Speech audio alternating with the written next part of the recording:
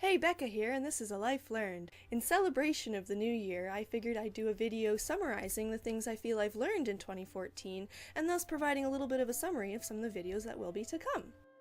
So to start, the first thing that I remember learning this year was an elderly lady who had been divorced taught me the 5-minute rule when it came to her sex life in marriage. She really wishes that she had have given him a 5-minute rule, and that is, honey, I'll give you 5 minutes to convince me.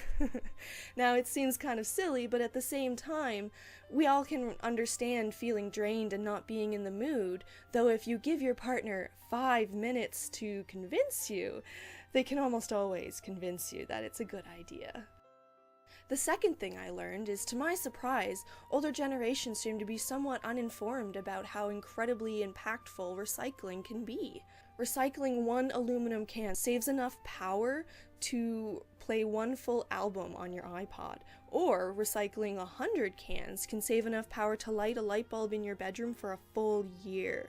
And that's just cans, let alone plastic and paper. So one person can make a big difference. And with that, it's a great idea to share with older and younger generations that each little bit of recycling really does make a big difference.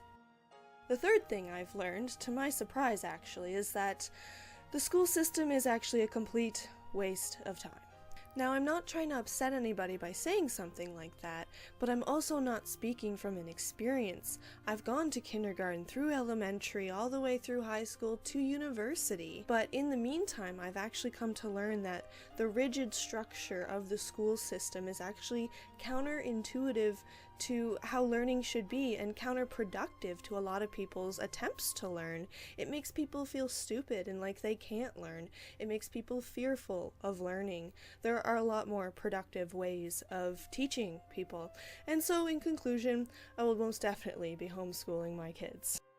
The fourth thing that I've learned, to my regret, is that the mental health system within particularly Ontario, but I'm sure most of Canada as well, is relatively weak, especially for males. The main thing that I've come to find is, unless you're a sexual assault victim or female, it's almost impossible to get help without having a lot of money at your access. Unless you can pay an expensive counselor, you're kind of screwed. There's all kinds of resources for women, but there seems to be almost nothing for men, and it's very frustrating because they have just as many issues, if not more, considering all of the men's rights issues that are going on these days.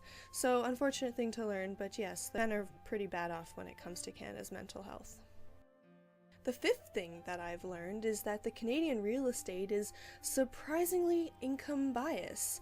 Now, I knew that, when it came to buying a house, you had to have money, but I'm just a renter personally, and I had a surprisingly and incredibly difficult time trying to find an apartment a little while ago, simply because I'm low income, even though I would never apply to somewhere I couldn't afford. So it was very frustrating and biased to learn that, yes, the real estate around here, even in Canada, despite how friendly you might think we are, no, just like the States, and kind of following real suit, where if you're poor, you're screwed in a lot of ways. Anyway. The sixth thing I've learned, that I find one of the most important things I've learned, is that self-care is about the only way you can succeed in life. You need to make sure that you are taken care of before anyone else if you want to go forward. How can you be in any state to do anything if you're not taken care of? It seems so obvious, and yet it comes down to forgiveness when it comes to someone like myself with PTSD, and so that's a really cool thing that I am quite happy I learned this year.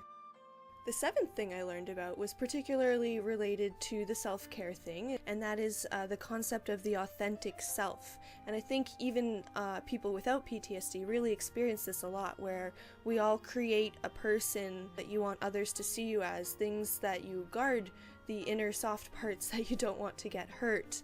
And the authentic self is who you really are, who you really want to be, that funny, goofy person that you're afraid to let out, that you're afraid to have judged. The authentic self is a really wonderful thing to know about because it allows you to connect with who you really are and feel okay being who you really are. The eighth thing I learned is that tradition can get so stressful that it's pretty much unnecessary. Now, again, not trying to offend anyone. If you like tradition, go for it, because that obviously means it's not stressful to you.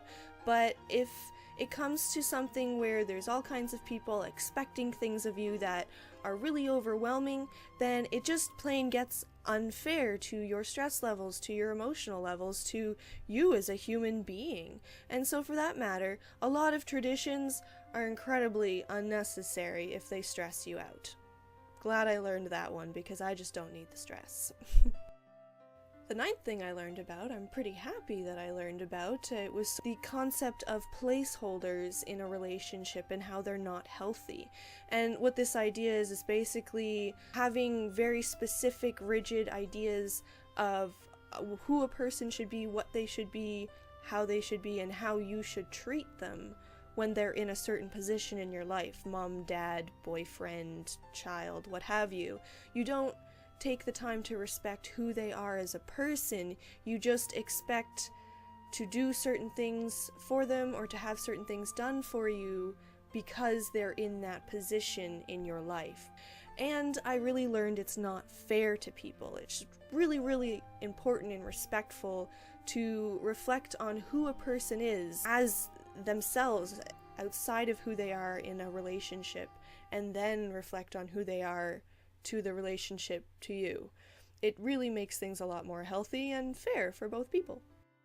The 10th and final thing that I really feel was important and awesome for me to have learned this year was the idea that stress can actually be good for you. Now, I know this seems incredibly counterintuitive. I mean, it was when I first heard it as well. But the idea is about the way you think about things, positive thinking. If you get stressed out and you think it's bad for you, your body will respond in a negative way, negative response. But if you get stressed out and you see it as a good thing, then your body will respond positively. An example is that your body responds the same when you're stressed out and being upset as it does when you're stressed out and being excited. But when you're being excited, it's healthy for your heart and it's healthy for your body. Obviously, when you're being upset, it's not. It makes your brain chemistry go in a positive direction and it makes your heart healthier. So, in that sense, the best thing I think I learned was definitely that stress can be good for me, if I think so. So obviously that isn't everything I learned last year, but it is the top 10 and most significant things that I feel I learned in helping me move forward with my life. So I thought I'd share, and I hope everybody enjoyed. If you have any comments about things that you learned last year that you thought were significant and might be helpful to others, please feel free to comment below, and join me next week where I try again to share a little something I learned in life.